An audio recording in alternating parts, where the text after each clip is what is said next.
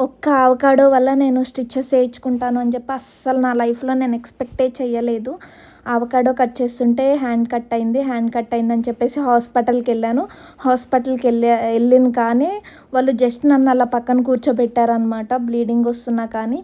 సరే అని చెప్పేసి వెయిట్ చేస్తుంటే లాంగ్ అవర్స్ తర్వాత లిటరల్లీ 6 అవర్స్ తర్వాత వాళ్ళు నన్ను పిలిచారనమాట. పిలిచి అప్పుడు చెక్ చేస్తున్నారు.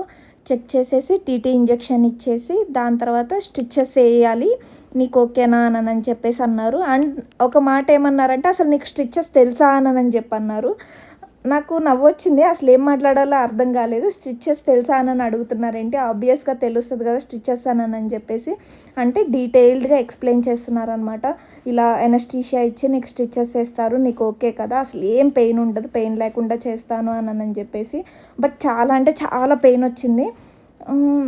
నాకు ఆ కెపాసిటీ ఉంది కాబట్టి నాకు అంత సివియర్గా అనిపించలేదు. అండ్ ఆబ్వియస్గా ఒక హారబుల్ ఫ్రెండ్ ఉంటారు కదా పక్కన, వాళ్ళని టార్చర్ చేయడానికి. అదే ఇండియాలో అనుకో, చిన్న ఇంజెక్షన్ వేస్తున్నా కానీ అరుస్తూ ఉంటాము, వద్దు వద్దు వద్దు వద్దు అని చెప్పేసి. అలా ఇక్కడ అసలు అరవటానికి కూడా లేదు. లిటరల్లీ ప్రతి ఒక్కరు సైలెంట్గా ఉన్నారు. అరిచినా కానీ ఇంకా అసలు వీళ్ళు చేసేలాగా కూడా లేరు.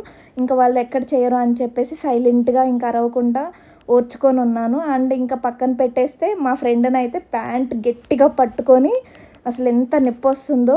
ఎస్పెషల్లీ అక్కడ ఎక్కడైతే కట్ అయిందో అక్కడే ఎనస్థీషియా ఇవ్వడం వల్ల చాలా అంటే చాలా పెయిన్ వచ్చింది.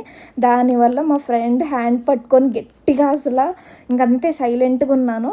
అప్పటికి ఆ డాక్టర్ నన్ను చూసేసి తిని చాలా ఓర్చుకుంటుంది అని చెప్పేసి గ్యాప్ ఇస్తా చేశారనమాట. నీకు ఓకేనా చెప్పు, ప్రాబ్లం ఏం లేదు అని చెప్పి.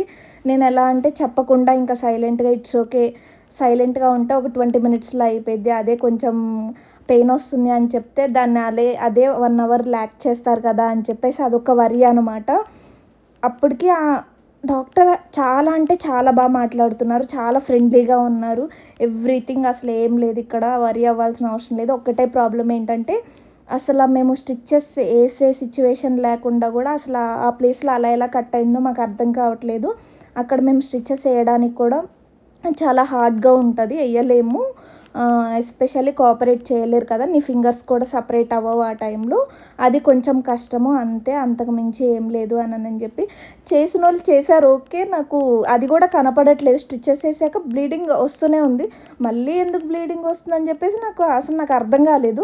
దాని తర్వాత ఆయన ఏం కాదు, నేను చేయడం వల్ల బ్లీడింగ్ రావట్లేదు, అది ఆటోమేటిక్గా స్టిచెస్ వేస్తే వస్తుంది, నువ్వు వరి అవ్వద్దు, నేను క్లీన్ చేస్తున్నాను అని చెప్పారు. మీ లైఫ్లో ఎవరైనా ఇంత స్ట్రాంగ్ పర్సన్ ఉంటే కింద కామెంట్ సెక్షన్లో కంపల్సరీగా కామెంట్ చేయండి.